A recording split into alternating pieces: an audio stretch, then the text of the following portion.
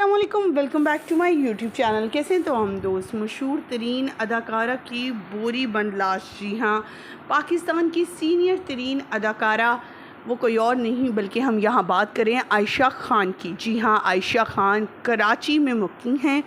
अकेली रह रही थी अपने ही फ्लैट में और अचानक से इनकी बोरी बंद लाश मिलती है इनके घर से ही।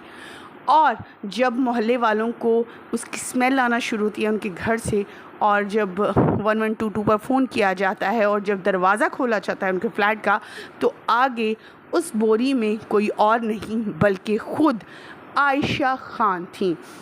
जब रिपोर्ट आई, पुलिस की तरफ से इन्वेस्टिगेशन की गई तो पता चला कि ये तो 7 दिन पहले ही इंतकाल कर चुकी हैं। यानी ये मर्डर था या तिब्बी मौत, या फिर किस तरह से ये लाश प्लास्टिक रैप में रैप की गई, क्या हुआ इनके साथ, ये अभी तक कुछ नहीं पता चल सका। क्योंकि इनके बेटे जो इनके साथ नहीं रहते, वो लाहौर रहते हैं, ये ख़ुद अकेली कराची में रह रही थी।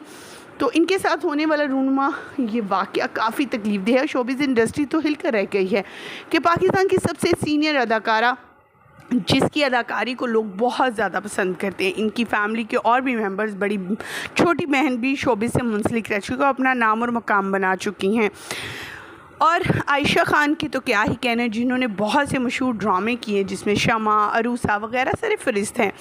और ये ऐसे ड्रामास थे 90s के जो आज भी काबिल तारीफ़ हैं और आज भी देखे जाते हैं, पसंद किए जाते हैं।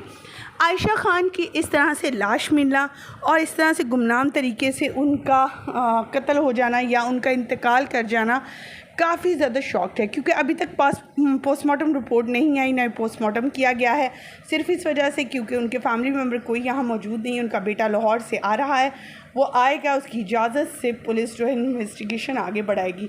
लेकिन अभी तक की यही इन्वेस्टिगेशन थी कि आयशा ख़ान सिस्कियाँ लेते लेते आखिरी पुकार भी किसी को ना दे पाई और इस दुनिया फ़ानी से रुखसत कर गई। और ये लम्हात कितने दर्दनाक और तकलीफ़देह होंगे ये तो कोई भी नहीं सोच सकता।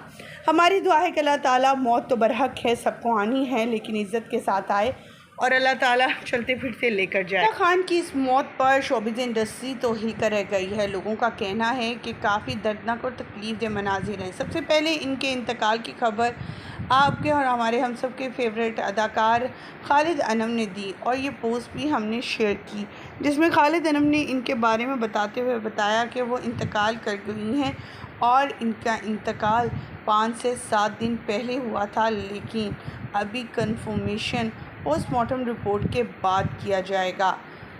हमारी दुआ है कि अल्लाह ताला इनके घर वालों को सब्र अता करे। आमीन। मुझे दीजिएगा इजाज़त। अल्लाह के बाद।